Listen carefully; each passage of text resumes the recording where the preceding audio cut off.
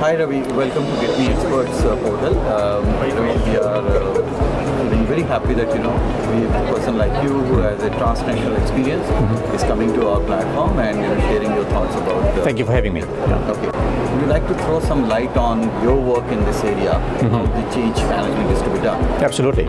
Well, change is happening so rapidly now that companies who want to succeed into the future have to be positioned and be very proactive in terms of knowing what's happening. HR plays a fundamental role in business, and the traditional model of HR does not work anymore. It's the contemporary model, and the model is all about collaboration. I will give you some examples of how things are rapidly affecting organizations. If you look at the millennials coming into the workplace right now, their status quo, their demands, their understanding of how businesses are running is totally different from how you and I started in the organization. They want contemporary, they want fun, they want engagement, they want camaraderie, and they want to go and work for an organization that has got a prospect of growth. If you don't provide those, they're going to look for something different.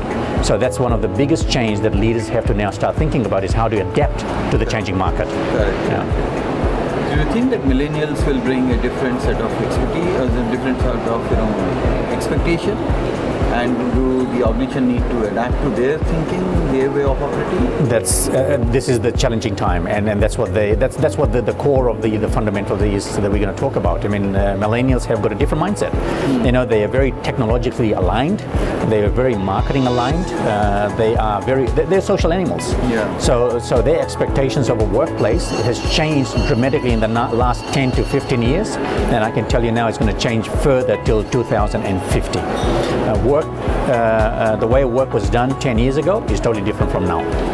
So this is where the millennials are having a major impact on how businesses are run, from sales operations to profitability management, to the way projects are handled into the workplace. I mean, they want accountability, and they want to be known. They want to be showcasted. They want to succeed, and that's what it is all about.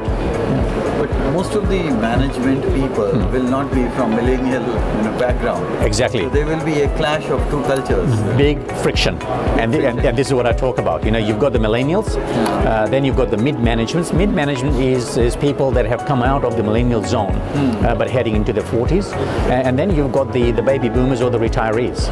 Okay, now if you look at those three different divisions, the issue that I see in the organizations right now is the baby boomers or the retirees. They're not able to adapt to the demand of the millennials.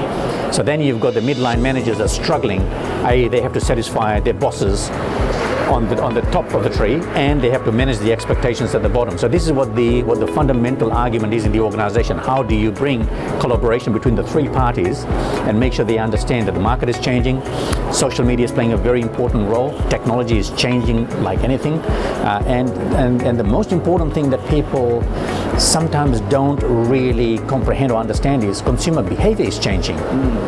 Okay, so the buying power, competition, choices, it's all changing so fast. So if the companies don't adapt to all these marketing changes or the economical changes, then there will be some negative impact on business. So in terms of leadership challenges,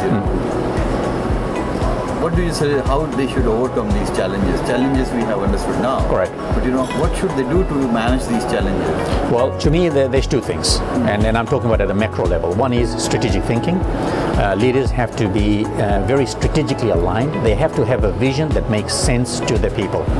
Gone are the days when you write vision statements that last for 100 years. Now it doesn't. So short-term vision, and it has to make sense. That's number one.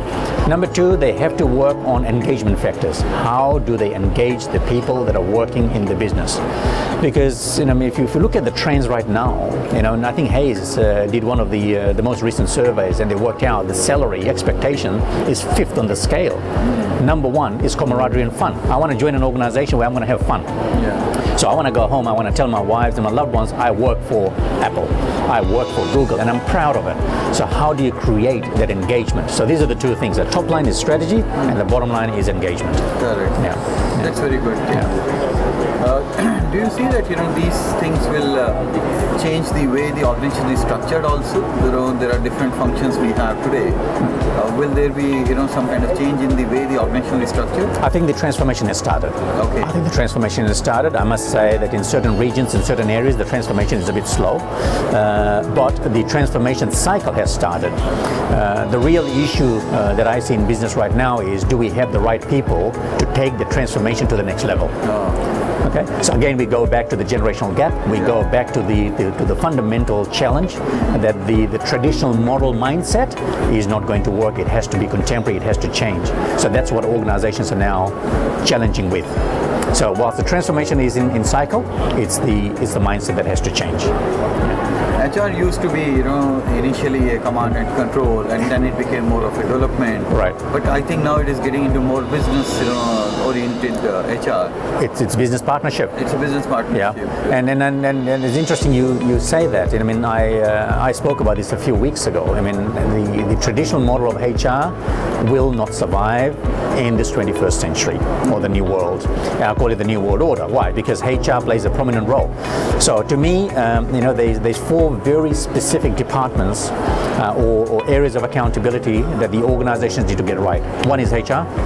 And it's not HR anymore. Yeah. It's all about talent acquisition. It's all about strategic thinking. It's all about being a business partner. Number two is the marketing department, because marketing is not your traditional marketing anymore. Number three is your IT department because of the social media and technological change. And number four is your R&D. Okay, where you have to be aware that the consumer behaviors have changed. So the product that you sell today may be out of the market in 18 months. I want something new all the time. How do you excite me? So how does HR collaborate within the four?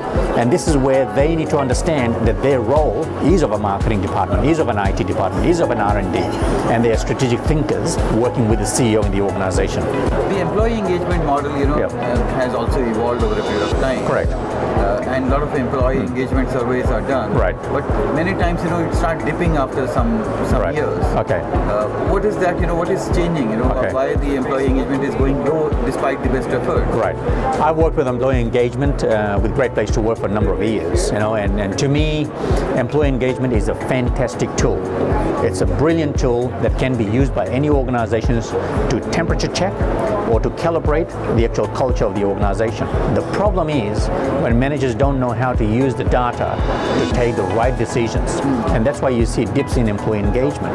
It could be that the companies are not using it or utilizing it to the best of their advantage. So strategically, employee engagement is not just a nice to do tool by HR. It has to be owned by the CEO and driven top down, because it's a process, it's data management, it's information that you have got in front of you about your own brand and your own company. It gives you a camera shot. If you don't use the data well and make those changes and those maneuvers and keep your people excited, it's going to go down. And it's going to be a waste of time, waste of money, and you're going to lose faith. And it's all about trust. We will also have some millennial HR also, coming in new era. Yeah. Any suggestion to this millennial HR, budding professionals, that what they should focus on? Not the traditional HR, but what they should focus on. Companies need to understand that if there's a millennial HR on board, they have to be allowed to take decisions. They have to be allowed to be heard. They have to be allowed to be part of the strategic decisions, because a millennial knows how to deal with a millennial. Yeah. Okay, and that's a key. The thing is, that is changing now, 9 to 5. Yeah. Gone are the days where you have to work, and you have to go to work to show your boss you're sitting behind the computer and you're working, but you're unproductive. Millennials want to be free. So the new concept is how are organizations designing their workplace to meet these demands. Because as a millennial, I want to go to work for 2 hours and produce what I need to produce, and I want to move on. So I think these are some of the things they have to think about. Yeah. So the new CEO is a different job role. Yeah. Is a total different job role. Yeah. Great concept, Thank you very much for sharing.